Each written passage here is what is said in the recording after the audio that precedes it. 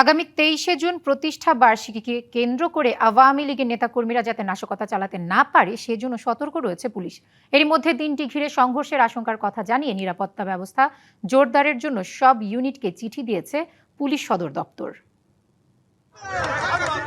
সম্প্রতি মিছিল নিয়ে আবার রাজপথে সক্রিয় হওয়ার চেষ্টায় কার্যক্রম নিষিদ্ধ আওয়ামী লীগের নেতাকর্মীরা।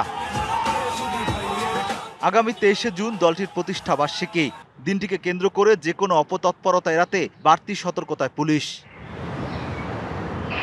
ডিএমপির অতিরিক্ত পুলিশ কমিশনারের কণ্ঠেও উঠে এলো নিরাপত্তা জোরদারের বিষয়টি। তার দাবি, প্রতিষ্ঠা বার্ষিকীকে কেন্দ্র করে সুনির্দিষ্ট কোনো নাশকতার শঙ্কা নেই।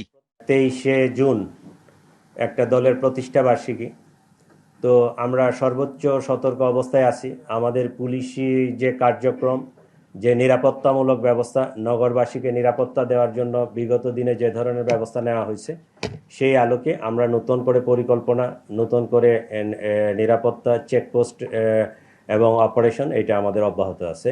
স্পেসিফিক কোনো থ্রেট, আশঙ্কা কোনো কিছু নাই।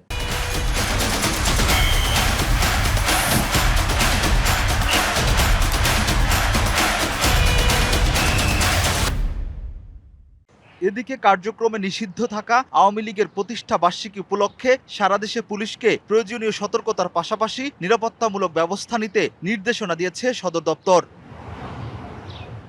পুলিশ সদর দপ্তর থেকে পাঠানো বার্তায় আশঙ্কা প্রকাশ করে বলা হয়, ২৩শে জুন আওয়ামী লীগের নেতাকর্মীরা প্রকাশ্য মিছিল করলে অন্য রাজনৈতিক দলের সমর্থকদের সঙ্গে সংঘর্ষের আশঙ্কা রয়েছে। এছাড়া পুলিশের ওপর হামলা হতে পারে বলেও সেই বার্তায় উল্লেখ করা হয়। Rakib Hossain, DBC news, Dhaka.